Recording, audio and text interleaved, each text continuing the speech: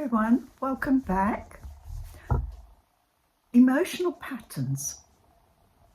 How do they become habits for us? Where do they come from?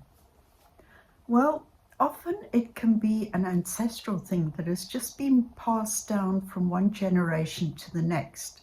And it's all we know, it's the norm, and we just continue the cycle of repeating the same behaviors over and over again because we don't know any different.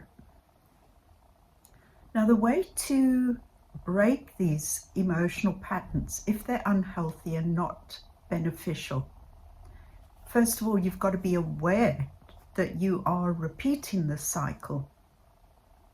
Then you have to make a decision about, are you ready to break the cycle?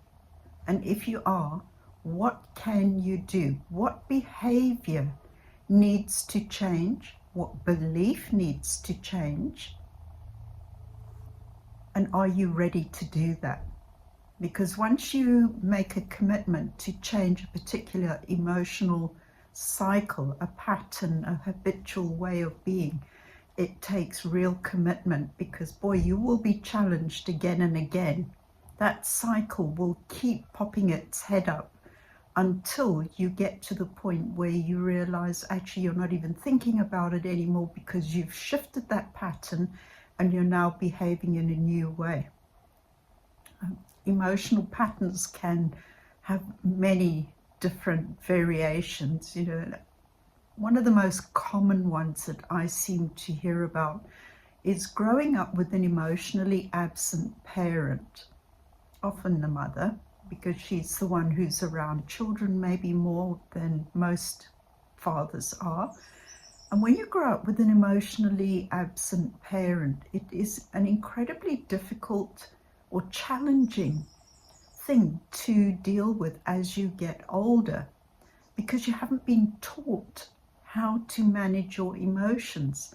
So when you start trying to deal with particularly relationships, they are always our biggest teachers, I believe, in this lifetime.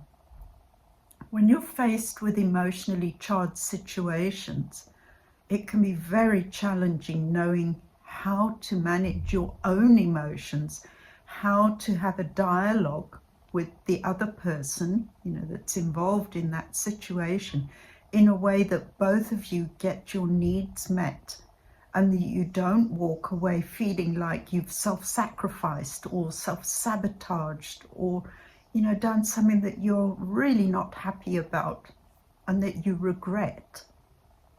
So first step is awareness. Become aware that you hold a particular emotional pattern that you keep repeating, and then do a bit of research about how you can change it. There's always a way to change these things from a negative to a positive.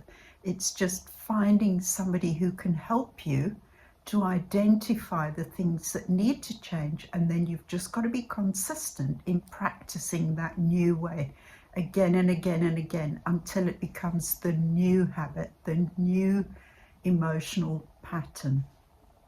Okay, I hope that helps, and I send you blessings and love. Blessings and love.